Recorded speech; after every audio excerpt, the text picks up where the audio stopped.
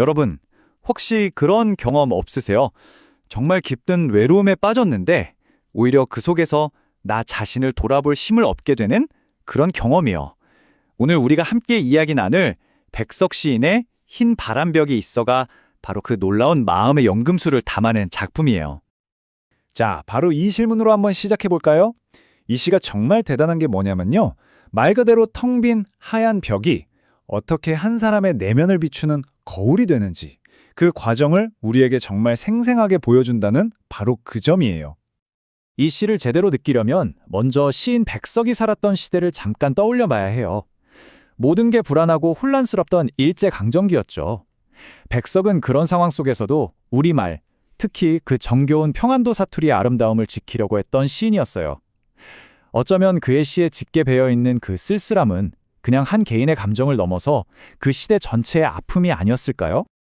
이 시의 제목이자 가장 중요한 장치, 바로 흰 바람벽입니다. 근데 이 벽은요, 그냥 공간을 나누는 그런 벽이 아니에요.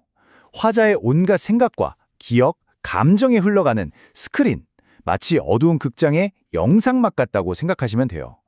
자, 지금부터 그의 내면 풍경이 바로 이 벽 위에 생생하게 펼쳐지는 거죠. 그럼 이 하얀 스크린에 가장 먼저 비치는 건 과연 뭘까요? 네, 바로 화자가 처한 아주 고단하고 쓸쓸한 현실 그 자체입니다.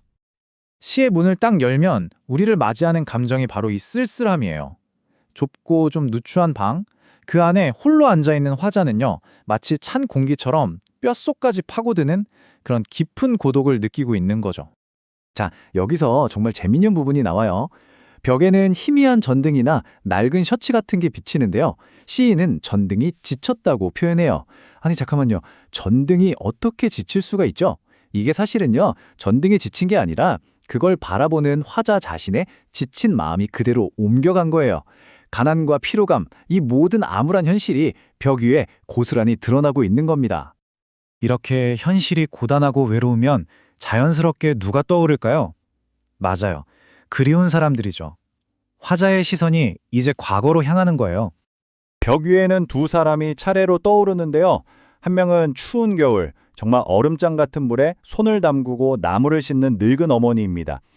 그 모습에서 어머니에 대한 애틋함과 죄송스러움이 절절하게 느껴지죠.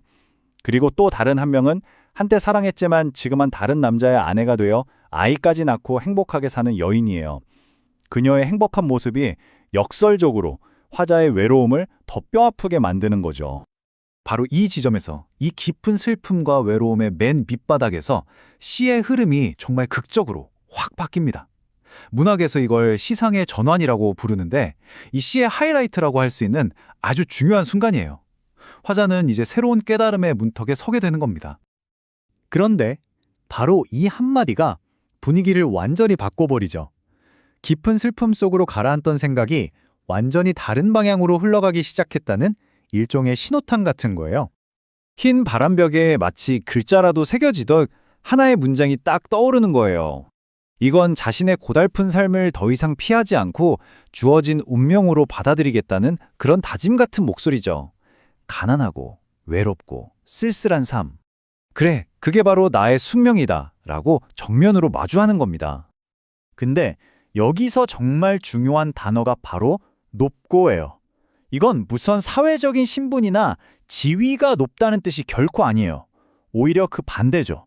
내가 비록 가난하고 외로울지언정 이런 세상의 더러움과 타협하지 않고 고결한 정신을 지키겠다라는 시인의 굳은 의지를 보여주는 한 단어예요.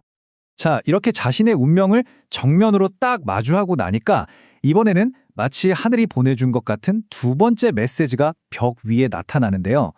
이 메시지가 그의 운명을 완전히 새롭게 보도록 만들어줍니다. 처음에는 그냥 이게 내 운명이구나 하고 받아들이는 정도였잖아요. 근데 이제는요, 차원이 달라져요. 벽에 나타난 다음 글자들은 스스로를 다독이고 긍정하는 정말 따뜻한 위로의 메시지거든요. 바로 여기서 모든 관점이 180도 뒤바뀌는 겁니다. 내 삶의 이 모든 고통이 벌이 아니라 오히려 하늘이 가장 사랑하고 아끼는 존재에게만 주는 시련이자 징표라는 정말 엄청난 깨달음을 얻게 되는 거죠. 가난과 외로움이 저주가 아니라 내가 바로 선택받은 존재라는 증거가 되는 바로 그 순간이에요. 이제 시는 화자 한 사람의 아픔에 머무르지 않아요. 이걸 넘어서서 세상의 모든 고결하고 외로운 존재들과 깊은 연대감을 느끼는 단계로 확장되면서 아름답게 마무리가 됩니다. 더 이상 혼자가 아닌 거죠. 화자는 자신과 같은 운명을 공유하는 다른 존재들을 떠올리면서 거기서부터 깊은 위안과 동질감을 얻게 되는 겁니다. 하늘의 초승달, 들판에 핀 바구지꽃, 작은 짝새와 묵묵한 당나귀, 그리고 시인 프랑시스 잠, 도연명, 릴케까지 그는 자신처럼 고결하게 외로운 이 존재들의 이름을 하나하나 불러보는 거예요. 이를 통해서 그의 지독했던 고독은 세상 모든 숭고한 존재들과의 깊은 유대감으로 승화됩니다.